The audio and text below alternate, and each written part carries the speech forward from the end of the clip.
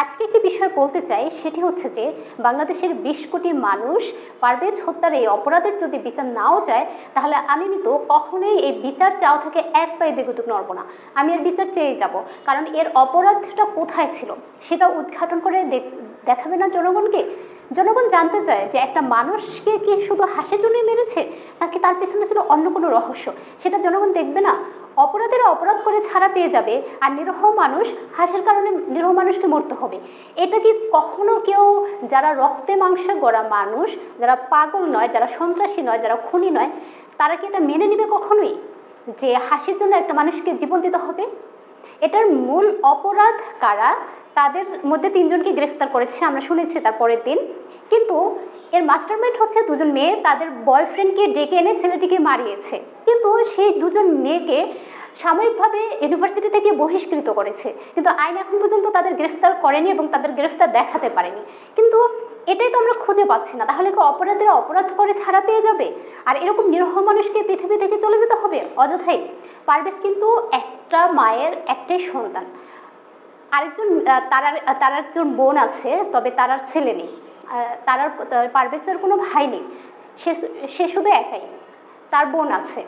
তাহলে একটা মায়ের একটা বুক খালি হলো, একটা সন্তান কেড়ে নিল মায়ের বুক থেকে, একটাই মাত্র ছেলে সন্তান, তাকে মায়ের বুক থেকে ছিনিয়ে নেওয়া হলো।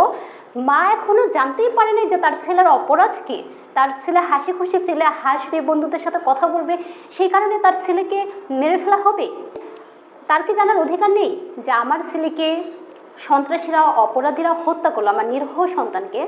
অথচ আমার দেশ এখন এর কারণ আমাকে দেখাতে পারছে না, অপরাধীদের ধরে দেখাতে পারতেছে না যে এর কারণ কি। তার কি সেটা জানার অধিকার নেই? একমাত্র সেই বোঝে যে সন্তান হারানো কতটা কষ্টের। তাও তার একটিমাত্র ছেলেকে হারিয়েছে, সে মানুষ করেছে, বড় করেছে। সেই ছেলের নামে কোনো গ্রামবাসীর মুখ থেকে সেই ছেলের নামে কোনো অপরাধের কোনো ঠুনকো কোনো কিছু বের করতে পারেনি কোনো সাংবাদিকরা, যে এই ছেলেটা খারাপ, এই ছেলেটা ভালো না। তার কোনো বন্ধুও এখন পর্যন্ত বলেনি যে এই ছেলেটা খারাপ, ছেলেটা রেকর্ড খারাপ, পেছনের ভালো না ছেলেটা। তাহলে একজন নিরীহ মানুষকে সামান্য হাসির কারণে মরে যেতে হবে, এর পেছনের রহস্য দেশবাসী জানবে না? সেটা তো হতে পারে না। কেন বিচার হচ্ছে না আমাদের দেশে? আমাদের দেশ কেন এতটা বিচারহীনতা? আমি একাই বিচার চেয়ে যাব।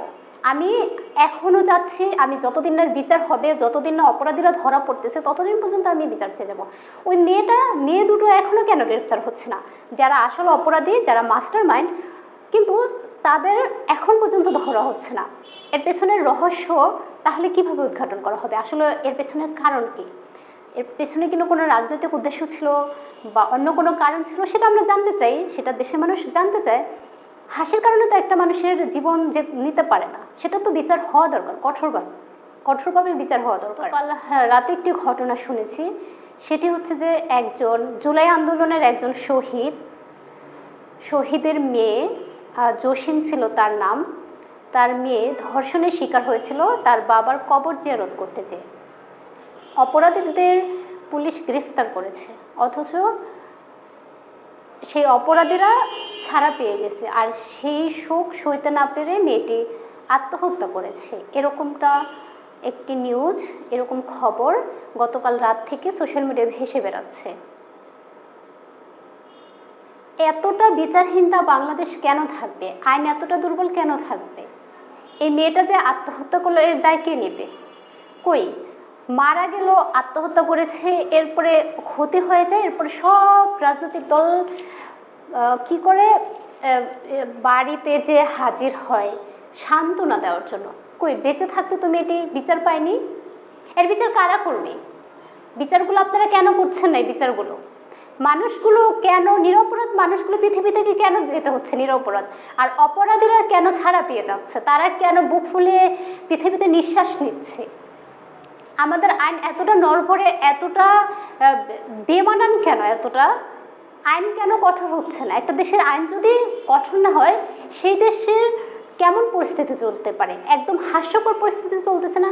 হাসার জন্য মানুষের জীবন দাও। একজন মেয়ে ধর্ষণের শিকার হয়েছে, তার বাবার কবর জিয়ারত করতে চেয়ে, সেখানে সে শান্তি পায়নি। সেটা জানার পরও আইন কিভাবে পারে অপরাধীদের ছেড়ে দিতে?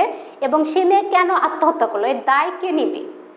এর দায় কারা নিবে? এর দায় কতদিন থাকবে আমাদের এই বিচারহীনতা বাংলাদেশ? আমরা এই বিচারহীনতা বাংলাদেশ দেখতে চাই না। আমরা চাই যে আমাদের আইন আরও কঠিন হোক এবং অপরাধের কঠোর বিচার করা হোক, যাতে কেউ অপরাধ করতে সাহস না পায়।